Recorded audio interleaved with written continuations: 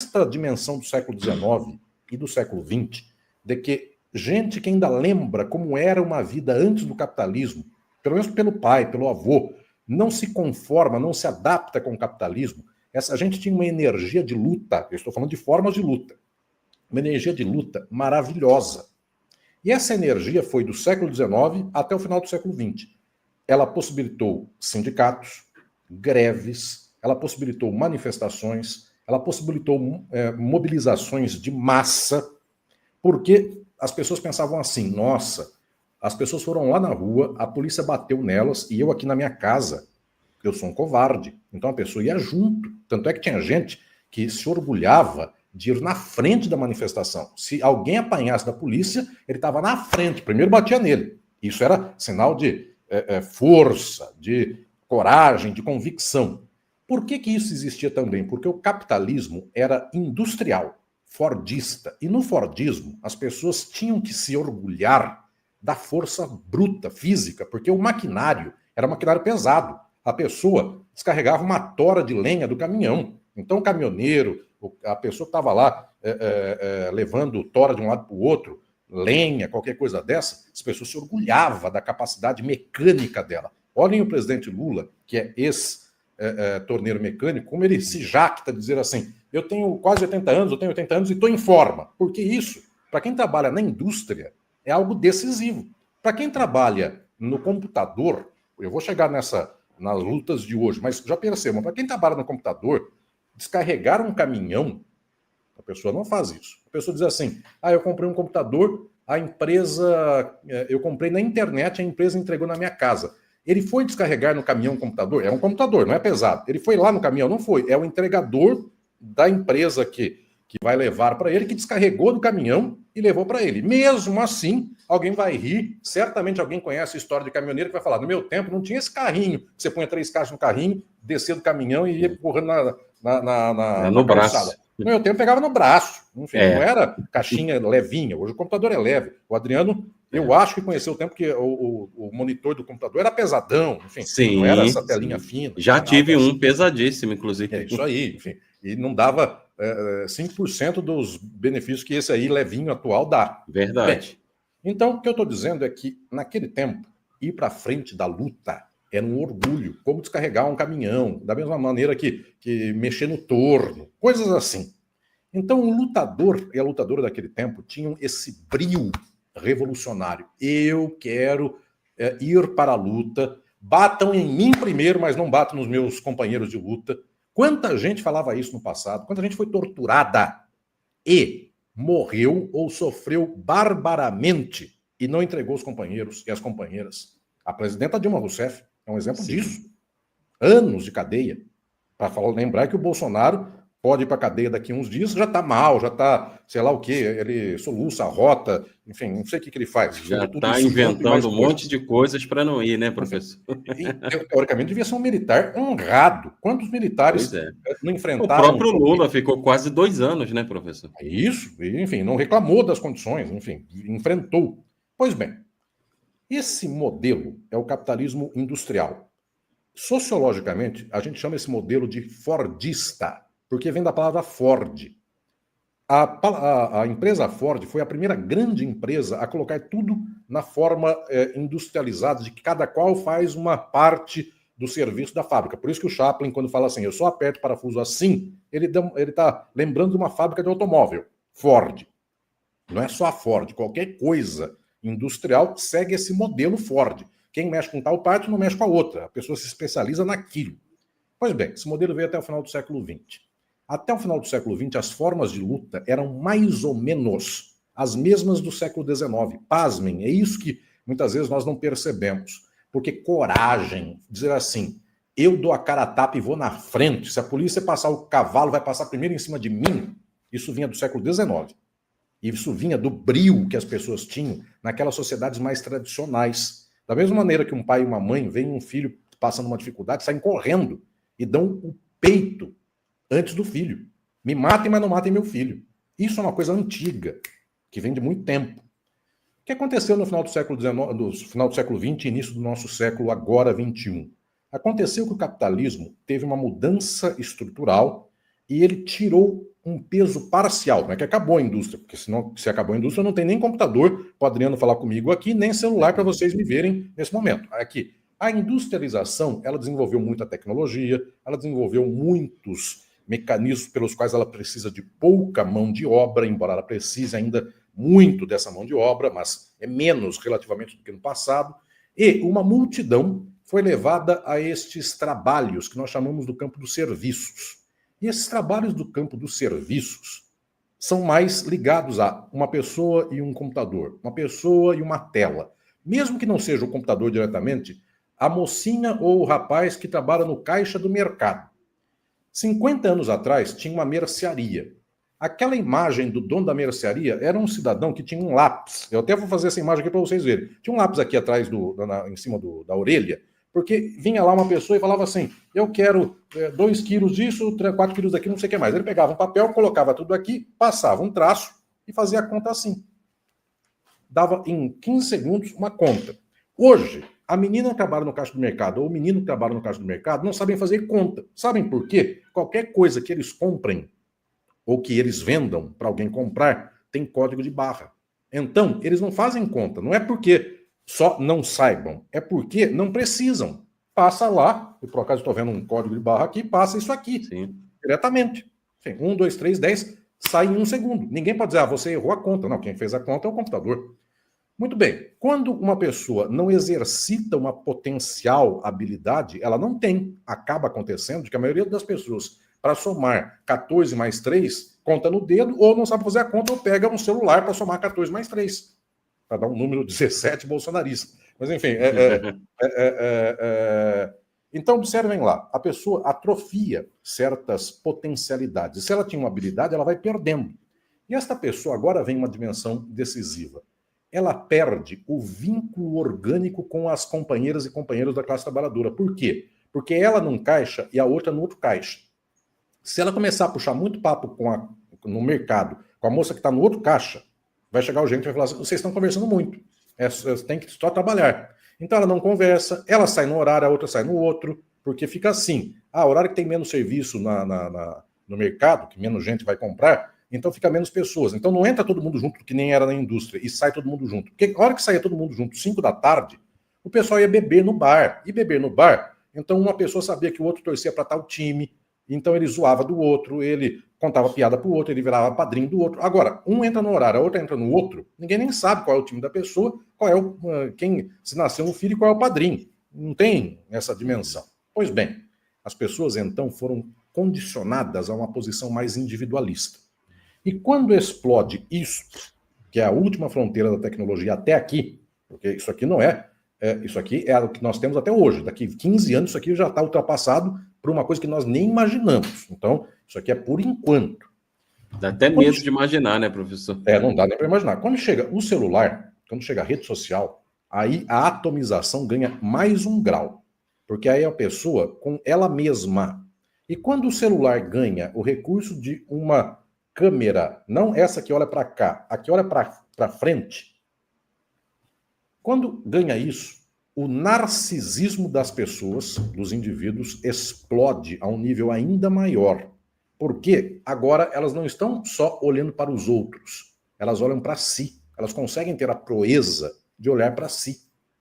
De tal sorte que muita gente, inclusive, quando vai fazer live ou coisas assim, tem 10 pessoas no quadradinho, ela olha para ela não olha para os outros 9. Ela não olha para a câmera, ela olha para si, para saber se a imagem está boa, se ele franziu a testa certinho, se ela sorriu e o ângulo está fazendo um brilho na pele tal e qual. Ou seja, é sempre uma referência narcísica. Essa referência explodiu em toda a sociedade capitalista mundial. E agora desarticulou as formas de luta tradicionais, que eram a do sindicato, da empresa, que eram aquelas orgânicas, porque as pessoas se juntavam. Por que desarticulou? Não digam que isso aqui foi a causa principal. Isso não foi. Desarticulou porque, ao acabar com a grande planta industrial e se tornar produtora de serviços, a sociedade capitalista acaba naturalmente, organicamente, com o encontro das pessoas. Elas não se encontram mesmo, porque não tem planta de fábrica de 5 mil pessoas. Claro, tem uma ou outra, mas não tem em todo lugar uma planta de fábrica assim. Antigamente, 5 mil pessoas numa fábrica era normal, só que hoje não é mais.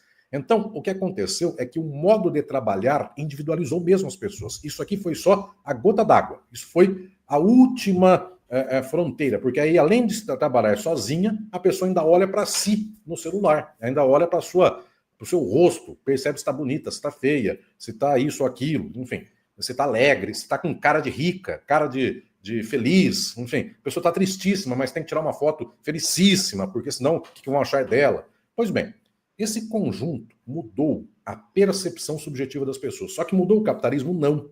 É que o capitalismo ele conseguiu um grau a mais de exploração. Qual é esse grau? Ele conseguiu desconectar a coesão da classe trabalhadora.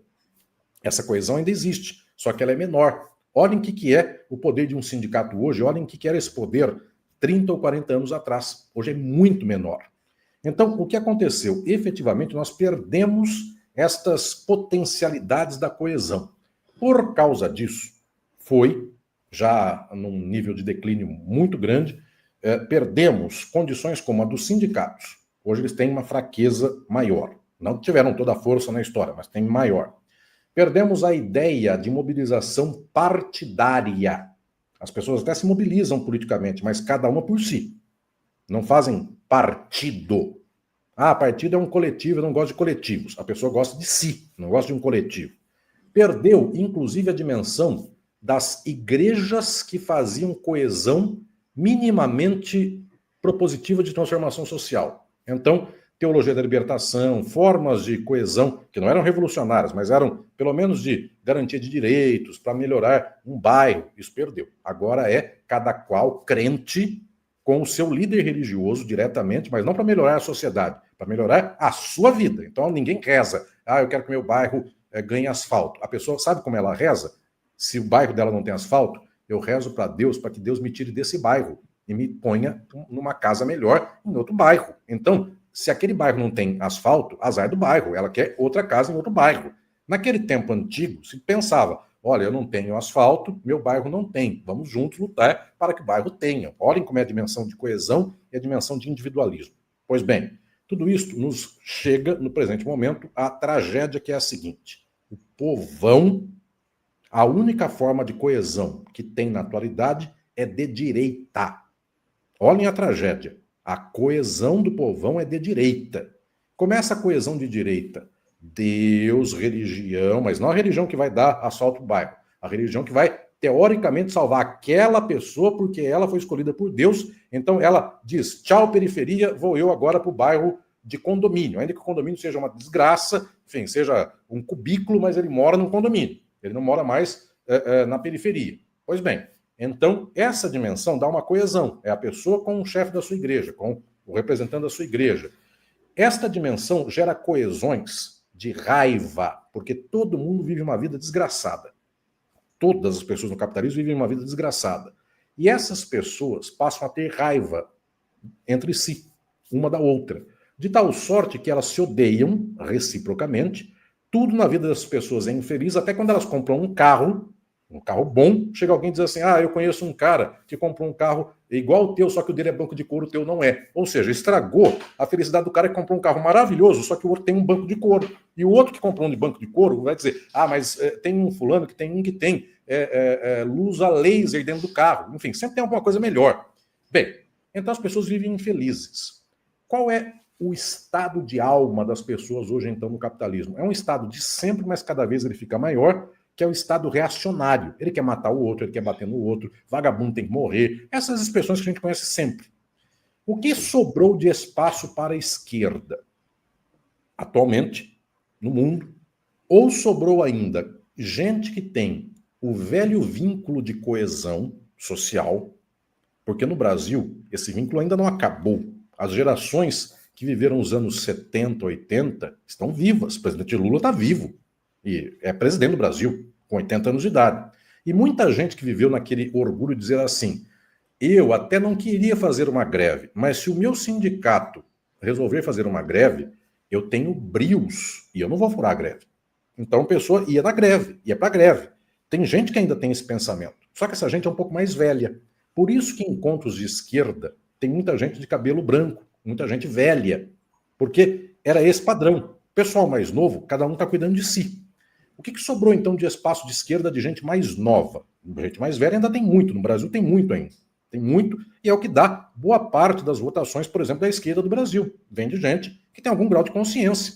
Só que a molecada é o estilo dessa gente aí, desses movimentos de direita, que é quebrar tudo, enfim. Eu não vou nem dar nome, mas até no Ceará tem gente assim, enfim. Gente que, enfim...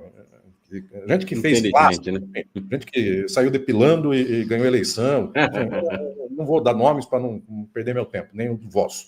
Mas, enfim, procurem por aí. O Adriano faz outra live outro dia só para falar disso. É o assunto de hoje. E essa gente depilando apoiada pelo Ciro, mas deixa quieto. Enfim, essa tragédia.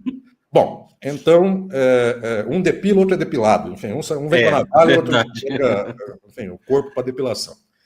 Bem, então, o que eu estou dizendo é que a nova geração tem uma tendência mais de direita, porque efetivamente ela não tem vínculo de coesão social, é cada um por si, e a internet é reino da direita. Não se esqueçam disso. O algoritmo é da direita, a plataforma com a qual eu estou falando com o Adriano e com vocês é da direita. Sim. É por um acaso que nós estamos aqui. Um dia que efetivamente isso aqui tiver impacto, enfim, o algoritmo desce a zero. Enfim, essa é a verdade. Sim. Toda vez que a esquerda tem algum poder, o algoritmo enviesa contra. Enfim, rede social minha, eu não mexo com rede social, mas o pessoal que sempre cuida das minhas páginas sempre diz, qualquer coisa que puser meu, que tiver uma tag, sindicato, CUT, esquerda, MST, o algoritmo é zero. Enfim, não sai. Se falar qualquer coisa, tipo, feliz aniversário, não entrega normalmente, mas movimento social, partido político, esquerda, tag horrível. Enfim, os algoritmos bloqueiam. Pois bem. Não entregam, né? Não entregam. Então, a direita controla os mecanismos sociais. O que restou para a esquerda nova? Agora vem a tragédia. Restaram 2 espaços. Um é a universidade, a vida acadêmica e intelectual. O outro é esse espaço das redes sociais, das manifestações de internet. Olhem a tragédia. Eu não vou dourar a pílula. Eu vou passar o trator em cima disso.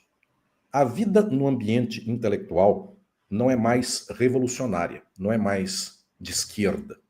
É sempre uma espécie de posição liberal que se reputa progressista porque as pessoas trabalham no nível da representação. Então, um espaço numa mesa de um debate onde houver 4 pessoas, espera-se uma paridade de gênero e é fundamental que haja. Só que esta disputa, neste campo, apenas nisso, é uma disputa que a vida vivida da pessoa lá no seu cotidiano não tem relação direta, infelizmente, com esse tipo de pauta ou de pleito que a universidade tem, que a vida intelectual tem. A pessoa queria aumentar o salário. Ela trabalha por 1.500. Ela queria ganhar 3.000. Ah, mas numa mesa houve maioria masculina e não houve representação feminina. É óbvio que as pessoas, se explicadas, tendem a olhar para isso, querer maior representação feminina. Só que, no final das contas, entre isso e o aumento salarial, a pessoa preferiria, a pessoa que está passando fome, tem 3 filhos para criar, ela queria aumento salarial. Só que como a universidade não cuida mais de aumento salarial, a universidade pouco está se lixando com o povão. A universidade começa a entrar numa espécie de ciclone de referências que só fazem respeito a elas mesmas, da universidade. Então acontece que a universidade e os intelectuais começam a ter uma linguagem que só eles e elas entendem. Então, a pessoa fala de colóquio, e colóquio para o povão não quer dizer nada. Enfim, currículo Lattes. Ah, o meu currículo Lattes é maior que o seu. Enfim, currículo Lattes é uma espécie de Instagram de nerd. Enfim, porque o pobre mesmo tira a roupa e põe foto no Instagram. E o que não tem corpo para mostrar isso, então ele põe um currículo Lattes daquele tamanho. Enfim, então, eu publiquei 7 artigos neste ano. Enfim, como se isso fosse grande vantagem, isso fizesse alguém namorar com essa pessoa só porque ele tem 7 artigos. Eu já contei isso, pessoal. Experimentem. Vai que cola, né, professor? Experimentem tirar uma foto com whey protein e outra foto com currículo Lattes. Vejam qual que é o resultado, enfim, o que habilita mais socialmente. Enfim, então as pessoas Dá nem para competir, né? nerds. Pois bem.